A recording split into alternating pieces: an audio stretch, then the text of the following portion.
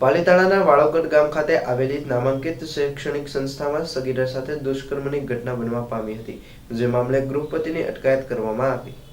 ભાવનગર જિલ્લાના પાલીતાણા તાલુકાના વાળોકડ ગામે આવેલી નામાંકિત શૈક્ષણિક સંસ્થામાં સગીરા સાથે દુષ્કર્મની ઘટના બની હતી. વાળોકડ લોકવિદ્યાલય ખાતે બનેલી આ ઘટનામાં પોલીસે કાર્યવાહી હાથ ધરી સંચાલક ગૃહપતિ સહિત 2 શખ્સો સામે પોસ્કો કલમ વિરુદ્ધ ગુનો દાખલ કરી કાર્યવાહી હાથ ધરી છે.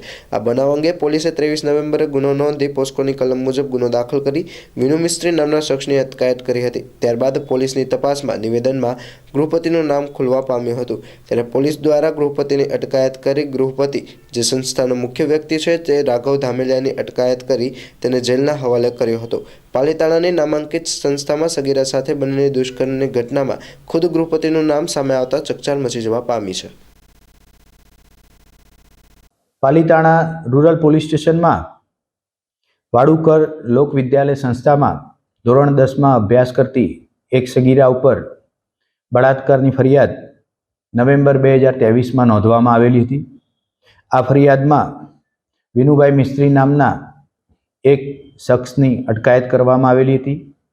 તપાસ આગળ વધતા ફર્ધર નિવેદનમાં રાઘવભાઈ ધામેલિયા નામના એક વ્યક્તિનું પણ નામ ખુલવા પામેલું હતું. રાઘવભાઈ ધામેલિયા ગૃહપતિ તરીકે ત્યાં કામ કરતા હતા. આ રાઘવભાઈ ધામેલિયાની કાયદેસરની અટક કરી અને તપાસ આગળની દિશામાં વધારવામાં આવી રહી છે.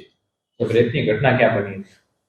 જે પ્રમાણે ફરિયાદી જણાવે છે એ મુજબ જે અહીંયા વાડુકરની લોક વિદ્યાલય સંસ્થામાં ભણતા હતા એ દરમિયાન રેપની ઘટના બનવા પામેલી હતી. રાઘવભાઈ ધામેલિયા ગૃહપતિ તરીકે કામ કરે છે.